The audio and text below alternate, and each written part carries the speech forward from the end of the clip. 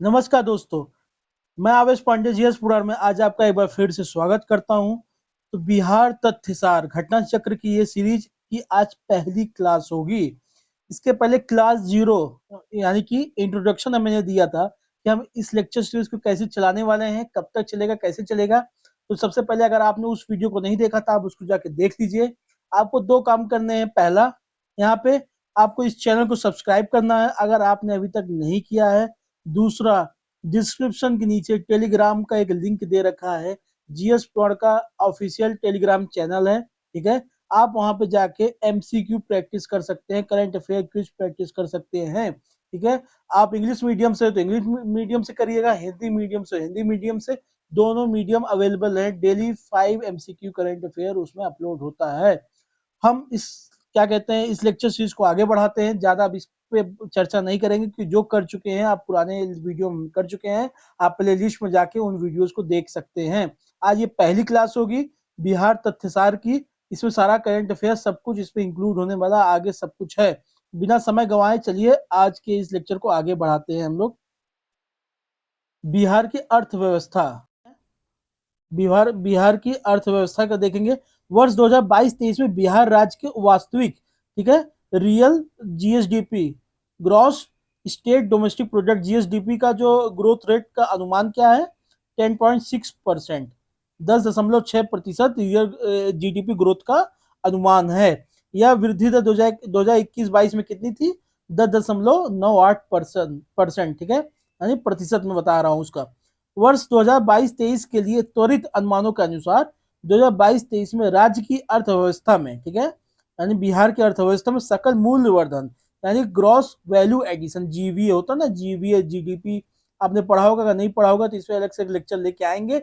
Economics के basic concept, जो कुछ भी इकोनॉमिक्स हुआ, किसी भी साइंस का या फिर मॉडर्न हिस्ट्री का, पॉलिटिकल साइंस का, कुछ भी पॉलिटी का, कुछ भी सब कॉन्सेप्ट, जो एक उसका एक अलग सीरीज हम चलाने वाले हैं। तो जीवीए बस इतना जान लीजिए कि ग्रॉस वैल्यू एडिशन, कोई भी चीज आप बनाते हैं, मान लीजिए एक चाय बनाते हैं आप, ठीक है, चाय बेचते हैं तो चाय नॉर्मल चाय बनती, ठीक है। अब उसमें वैल्यू एडिशन क्या कर सकते हैं आप उसमें? अब कुछ लोग आप देखते हैं तंदूरी चाय बनाते हैं, बटर डाल देंगे, कुछ डाल देंगे, उसको भूज देंगे, पता किससे बना देते हैं। तो जो 10 रुपए की चाय 20 रुपए हो जाएगी, तो 10 रुपए की वैल्यू एडिशन हो गई, ठीक है, ठीक है। तो ग्रॉस वैल्यू एडिशन का जो क्या कहते हैं मूल्यवर्धन, जो सर्विस सेक्टर का, सर्विस सेक्टर में जीवीए का कितना, जो अपने बिहार की जीडीपी है, बिहार की जीडीपी में सर्विस सेक्टर, आपको पता है 3 सेक्टर होते हैं कि प्राइमरी होते हैं, ठीक है, सेकेंडरी होते हैं, सेकेंडरी, और टर्सरी माने तीसरा, ठीक है।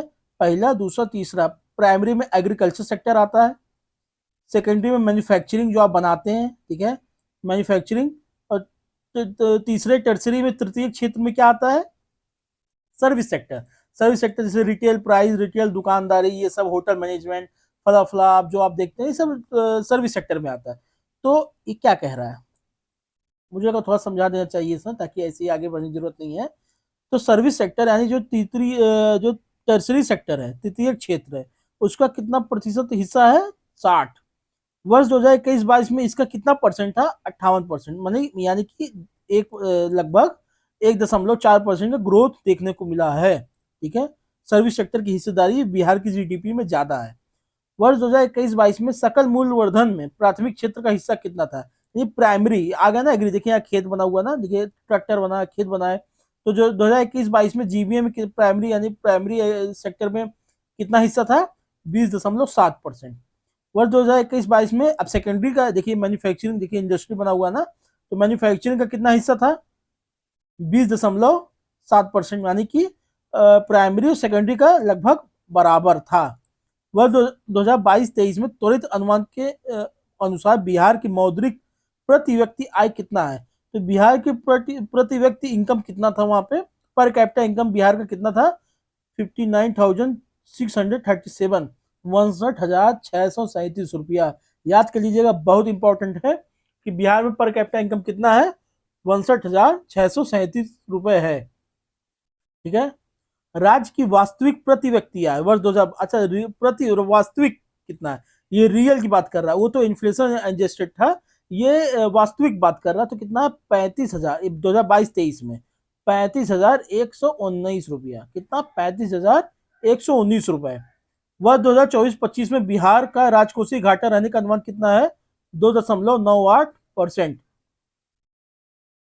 ठीक है, तो फिजिकल डेफिसिट राजकोषीय घाटा कितना था, अनुमान कितना 2024-25 में कितना अनुमान है, रहने का अनुमान कितना 2.98, और 2021-22 में कितना था 3.8% प्रतिशत में है। तो मतलब देख लीजिए कितना अच्छा, ये अच्छी बात है कि अपना डेफिसिट घाटा जो है कम हो रहा है। ठीक है, पहले ज्यादा था, अब 3.8 से 2.98 पे आ गया है। आप नोट करते चलिए राजकोषीय घाटा का अनुमान 2024-25 में कितना है। ठीक है, 2.98, 2021-22 में कितना था 3.8%। बिहार आर्थिक समीक्षा 2023-24 के अनुसार प्राथमिक क्षेत्र में लगी श्रम शक्ति कितनी थी? 37.8%। श्रम शक्ति का मतलब होता है लेबर फोर्स। कितना बिहार का जो पूरा लेबर फोर्स है, जो भी काम करने के वाले व्यक्ति हैं, उसमें मैक्सिमम लोग किस सेक्टर में काम कर रहे हैं? मतलब 100 लोग हैं तो 100 लोग में 47 लोग प्राइमरी सेक्टर यानी खेती बाड़ी इन सब में लगे हुए हैं। ठीक है, और लगभग 25.9% लोग द्वितीय सेक्टर में हैं, और 26.3% लोग टर्सरी सेक्टर में है। याद रखिएगा, बहुत इंपॉर्टेंट, इसको नोट बना लीजिए, नोट कर लीजिए। देखिए यही वही चीज यहाँ पे मैप डायग्राम में दे रखा है। प्रति व्यक्ति आय के मानदंड के अनुसार बिहार के 3 सबसे गरीब जिले कौन से हैं? बिहार का सबसे गरीब जिला शिवहर, बिहार का सबसे अमीर जिला, सबसे समृद्ध जिला पटना। तो सबसे गरीब में आते हैं प्रति व्यक्ति पर कैपिटा इनकम के हिसाब से, सबसे गरीब शिवहर है, फिर उसके बाद अररिया आता है, उसके बाद सीतामढ़ी। ठीक है, और सबसे अमीर कौन सा? पटना, उसके बाद बेगूसराय, उसके बाद मुंगेर। तो शिवहर यहाँ पे सबसे गरीब है, याद रखिएगा। तो उससे थोड़ा सा हल्का सा पैसा वाला अररिया है, उससे थोड़ा हल्का सा पैसा वाला सीतामढ़ी है। ठीक है, ये तीनों गरीबों में आते हैं, ये तीनों अमीरों में आते हैं। देखिए वही यहाँ पे अलग से दे दिया है। सबसे गरीब जिला शिवहर, सबसे समृद्ध जिला पटना। ठीक है, वर्ष 2022-23 में प्राथमिक क्षेत्र में वृद्धि दर का अनुमानित कितना था? 6.7%।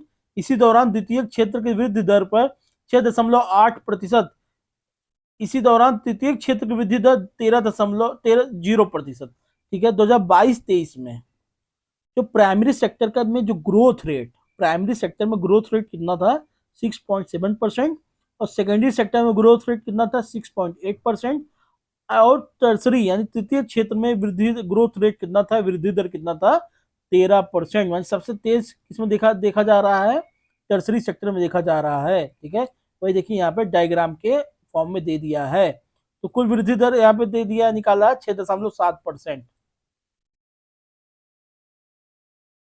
यहाँ अब इसका एवरेज अगर देखें तो 8 दशमलव कुछ आ रहा है, लेकिन अब कैसे दिया है ये कुछ और हो सकता है, लेकिन यहाँ पे जो लिखा मैं अभी वही बोलूंगा, 6.7%। ठीक है, वर्ष 2022-23 के लिए त्वरित अनुमान के अनुसार वर्तमान मूल्य मूल्य पर बिहार राज्य का सकल घरेलू उत्पाद यानी ग्रॉस स्टेट डोमेस्टिक प्रोडक्ट का अनुमान कितना है?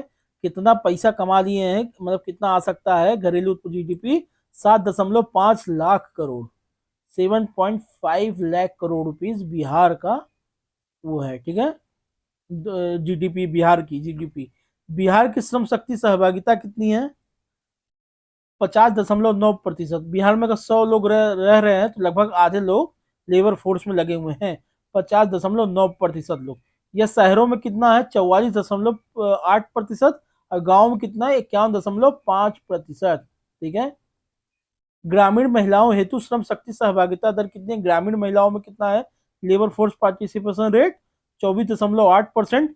शहरी महिलाओं में कितना है? 13.8%। ठीक है, बिहार सरकार की बिहार औद्योगिक निवेश प्रोत्साहन नीति 2016 के प्रभावी क्रियान्वयन के लिए नोडल एजेंसी कौन सी है? बिहार औद्योगिक क्षेत्र विकास प्राधिकरण, Bihar industrial area, Bihar industrial area development authority, इसको बियाडा कहेंगे। ठीक है, बियाडा, बियाडा लिखा ना, बियाडा।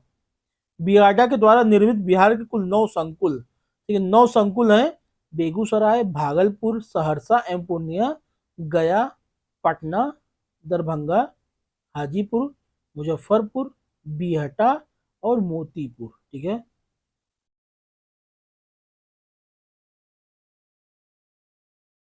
अब देखिए, ये देखिए वही बिहार के 9 संकुल को इन्होंने डायग्राम में बढ़िया दे दिया, डायग्राम के पिक्टोरियल फॉर्म में दे दिया है।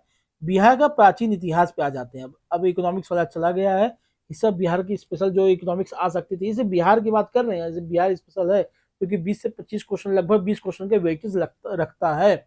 निम्न पूरा पाषाण यानी कि नियोलिथिक काल के अवशेष कहाँ से मिलते हैं? नियोलिथिक टाइम, नियोलिथिक पीरियड यानी कि पूरा पाषाण काल के अवशेष कहाँ से प्राप्त हुए हैं? मुंगेर से। मुंगेर जिला का ऐतिहासिक विवरण कहाँ से मिलता है? ह्यूनसांग की यात्रा वृत्तांत, ह्यूनसांग जो आया था, ठीक है, उसके ह्यूनसांग किसके समय में आया था? हर्षवर्धन, ठीक है, ठीक है। तो ह्यूनसांग किसके समय में आया था? हर्षवर्धन के समय में आया था। चिरांद, चिरांद कहाँ पे? सारनाथ जिले में है। और चेचर से अवशेष प्राप्त होते हैं नियोलिथिक काल के समय के। चिरांद जो है, चिरांद एक जगह है कहाँ पे? बिहार में। ये नियोलिथिक साइट है, नवपाषाणिक स्थल है, ठीक है। वैशाली साम्राज्य की स्थापना की मनु के पुत्र नाभनंदिष्ट ने, ठीक है, नाभनंदिष्ट ने वैशाली साम्राज्य की स्थापना की थी। ये कौन थे? मनु के पुत्र थे। बुद्ध ने यहाँ कितनी बार यात्रा की थी? 3 बार। वैशाली साम्राज्य की स्थापना मनु के पुत्र नाभनंदिष्ट ने की थी और बुद्ध ने यहाँ की यात्रा 3 बार की थी। वैशाली में 3 बार आए थे।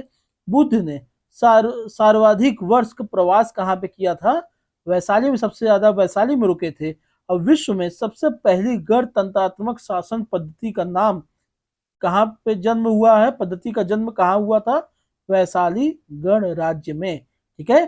तो अब वैशाली के बारे में जान लीजिए। इसकी स्थापना मनु के पुत्र नाभनंदिष्ट ने की थी। बुद्ध ने यहाँ कम से कम 3 बार यहाँ पे आए थे और सबसे ज्यादा यहीं पे रुके हुए थे। और ये वैशाली गणराज्य यहाँ विश्व का सबसे पहला रिपब्लिक इलाका है, ठीक है, रिपब्लिक नेशन यही माना गया है, ठीक है। बोध गया मंदिर की खोज कनिंघम ने की थी। कोढ़ को हटाने वाली औषधि का आविष्कार मगध में रहने वाली असुर माया रूप नामक प्रथम स्त्री चिकित्सक ने किया था, ठीक है। कोढ़, कोढ़ नहीं हो जाता आपको? तो कोढ़ को हटाने वाली औषधि का आविष्कार कहाँ पे किया था? मगध में रहने वाली एक असुर माया रूप की एक नाम की स्त्री थी, जिसने चिकित्सक थी वहां की, उसने खोज किया था।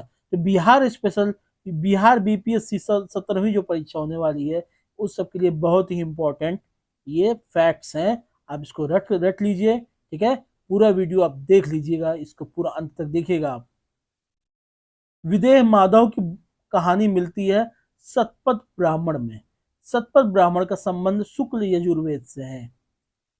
सर्वप्रथम ऋग्वेद में बिहार के क्षेत्र के लोगों का वर्णन, जहां उन्हें कहा गया है कीकट, ठीक है, कीकट, जिसको किरात भी कहा गया है। ऋग्वेद में बिहारी लोगों को या बिहार के क्षेत्र को कीकट कहा गया है, किरात। महाजनपद काल में कुल 16 महाजनपदों में बिहार में 3 महाजनपद उस समय थे, मगध, वाजी एंड अंग, ठीक है। मगध, वाजी और अंग 16 महाजनपद हुआ करते थे। और उसमें से 8 महाजनपद यूपी में थे, 3 बिहार में थे, 3 लगभग 2, एक कश्मीर में, एक वहां पे अफगानिस्तान के इलाके में थे, थोड़ा मतलब कि लगभग हाँ उसी समय वहीं पे आसपास, पेशावर के आसपास। बाकी कुल ऐसे 16 महाजनपद थे। और उस महाजनपदों की कहाँ पे मिलती है, उल्लेख कहाँ मिलता है? अंगुत्तरा निकाय और ब्रह्मसूत्र।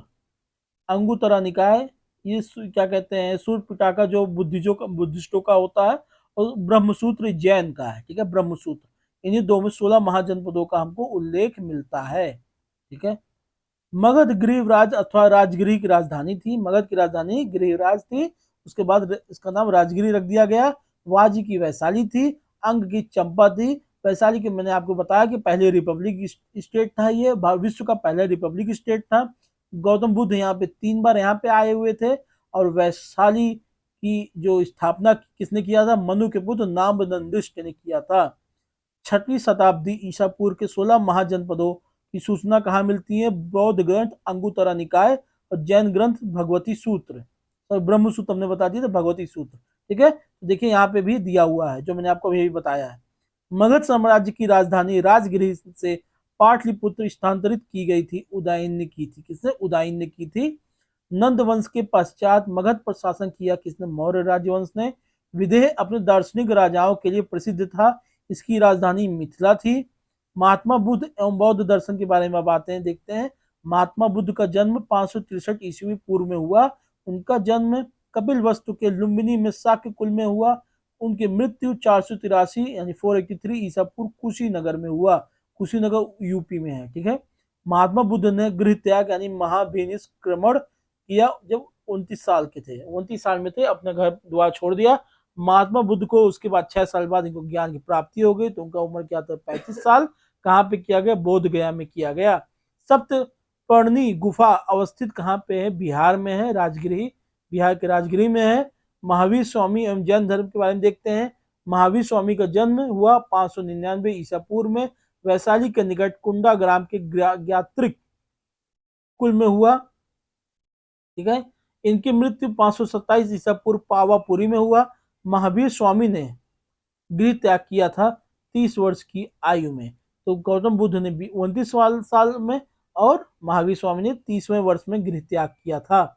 देखिए इसमें सब कुछ नहीं दे रखा है, आप सोचेंगे सब कुछ कहानी बता रहा है बुद्ध के बारे में। ये बिहार से संबंधित जितना स्पेशल हो सकता है वही बताया जा रहा है यहाँ पे।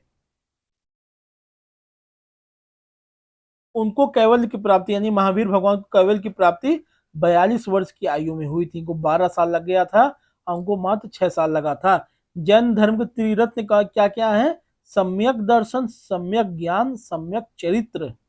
प्रथम जैन संगीति कहाँ हुई थी, पाटलिपुत्र के स्थूलभद्र की अध्यक्षता में हुई थी। बराबर की गुफाओं में उपयोग किया गया। आजीविकों ने आश्रय गृह के रूप में।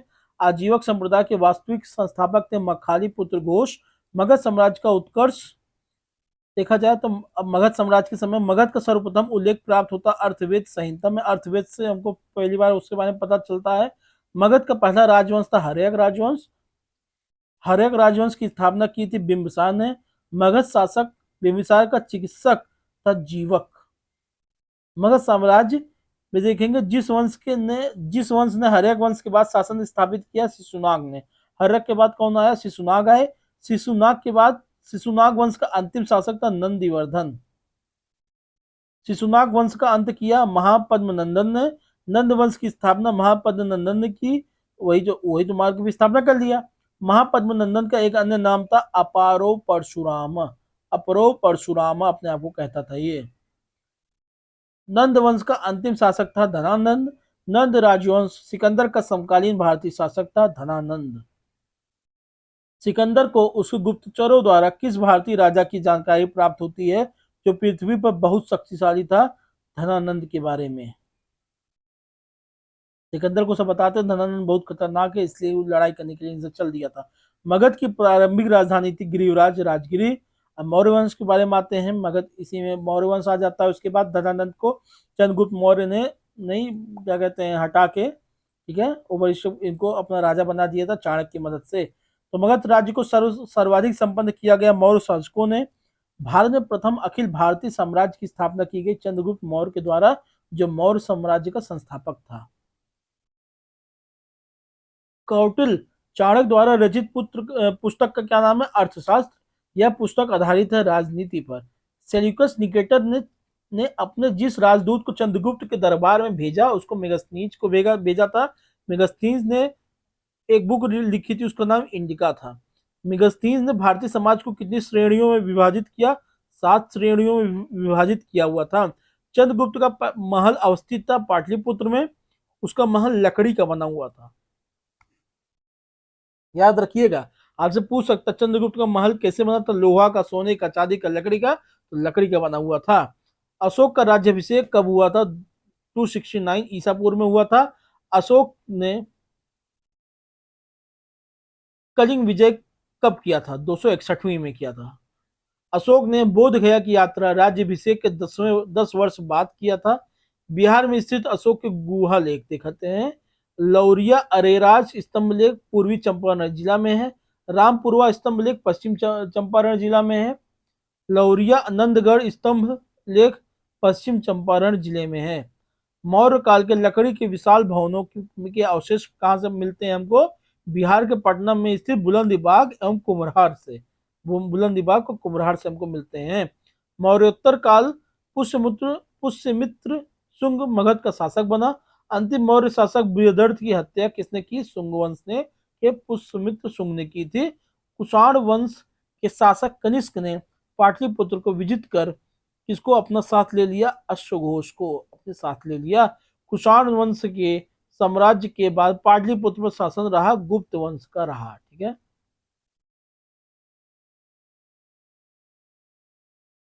शुंग वंश के पश्चात किस वंश ने शासन किया था? कनवा कनवा डायनेस्टी वालों ने किया था। शक संवत का प्रारंभ होता 78 ईसा पूर्व से होता है। इसी दिन कनिष्क अपना राजा बनता है। ठीक है, कनिष्क जो कुषाण वंश का शासक था इसी दिन राजा बनता है, इसलिए इस शक संवत यहीं से प्रारंभ होता है। गुप्त वंश का प्रथम शासक था श्रीगुप्त। गुप्त वंश का प्रथम शासक जिसने महाराजा धीराज की उपाधि धारण की थी, चंद्रगुप्त प्रथम। चंद्रगुप्त प्रथम ने विवाह किया था लिच्छवी की राजकुमारी कुमारी देवी से। समुद्रगुप्त द्वारा स्वयं को कहा गया है लिच्छवी दौहित्र। ठीक है, लिच्छवी दौहित्र कहा, इसे समुद्रगुप्त ने खुद को कहा था। वीए स्मिथ ने समुद्रगुप्त को क्या कहा? भारत का नेपोलियन बताया। चीनी यात्री फायान ने भारत यात्रा की थी चंद्रगुप्त द्वितीय के शासन काल में। नालंदा विश्वविद्यालय की स्थापना हुई थी कुमारगुप्त प्रथम के शासन काल में। बिहार में स्थित नालंदा महाविहार की आधारशिला रखी गई थी 1951 में। ठीक है। पाल वंश उदंतीपुर था बिहार में स्थित एक शिक्षा केंद्र। इसकी स्थापना की थी गोपाल वंश। ठीक है, गोपाल ने किया था। विक्रमशिला विश्वविद्यालय की स्थापना की थी पाल वंश के शासक धर्मपाल ने। याद रखिएगा, विक्रमशिला विश्वविद्यालय की स्थापना किसने की थी? पाल वंश के शासक धर्मपाल ने की थी। विक्रमशिला विश्वविद्यालय एक महाविहार स्थित है बिहार के भागलपुर जिले में। किस पाल शासक ने मुंगेर को अपना राजधानी बनाया? देवपाल ने। मुंगेर को अपनी राजधानी किसने बनाया? देवपाल ने बनाया। बिहार का मध्यकालीन इतिहास देखेंगे। देखिए, अब इसके हम कल से पढ़ेंगे इसको। ठीक है, अगर जो नया लेक्चर आएगा हम आपको इतना खाली बता दें, बिहार जो जितना इस पेज में लिखा हुआ है, अगला पेज या अगला लेक्चर कल लेके आएंगे। आज इसको हम यही विराम देने वाले हैं।